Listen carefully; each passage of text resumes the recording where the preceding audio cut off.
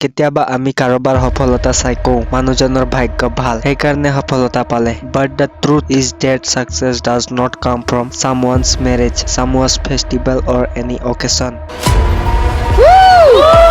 বছৰ বছৰ ধৰি কৰা কঠোৰ পৰিশ্ৰমৰ পৰাই সফলতা আহে যিবোৰ আবেগৰ পৰা মানুহে প্ৰায় আওকাণ কৰে সৌৰভ যোশীৰ বিবাহৰ উপাৰ্জন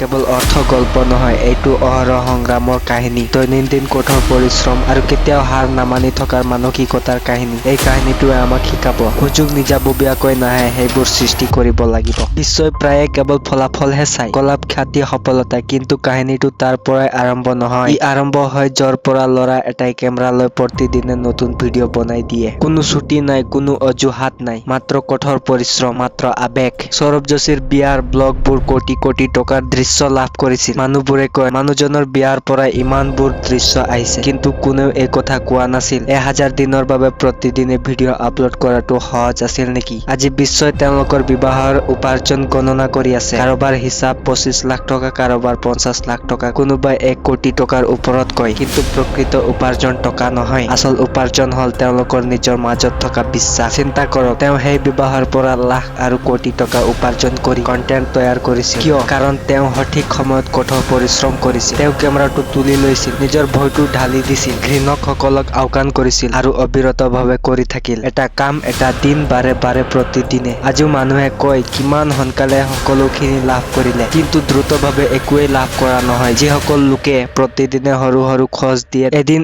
এইখিনি মানুহেই ইতিহাস লিখে সৌৰভ যোশীৰ বিবাহৰ উপাৰ্জনে আপোনাক এটা কথা শিকাইছে যদি আপুনি কঠোৰ পৰিশ্ৰম কৰি থাকে আপোনাৰ জীৱনৰ প্ৰতিটো মুহূৰ্ত আনকি আপোনাৰ বিবাহ এইটো আপোনাৰ বাবে এটা উপাৰ্জনৰ সুযোগ লৈ পৰিব পাৰে কাৰণ কঠোৰ পৰিশ্ৰম কেতিয়াও অপচয় নহয় আপুনি যিয়েই নহওক কিয় সৃষ্টি কৰি আছে আজিৰ পৰা মুখামুখিকৈ তেওঁ এদিন আপোনাক থিয় কৰি ৰাখিব য'ত মানুহে কেৱল আপোনাৰ সফলতাহে চাব পাৰিব কিন্তু আপোনাৰ ভ্ৰমণ নহয় মনত ৰাখিব উপাৰ্জন কাৰ হ'ব এইটো বিশ্বই সিদ্ধান্ত নলয় আপুনি সিদ্ধান্ত ল'ব আপোনাৰ সিদ্ধান্ত হ'ব আপোনাৰ কঠোৰ পৰিশ্ৰমৰ সৈতে ধন্যবাদ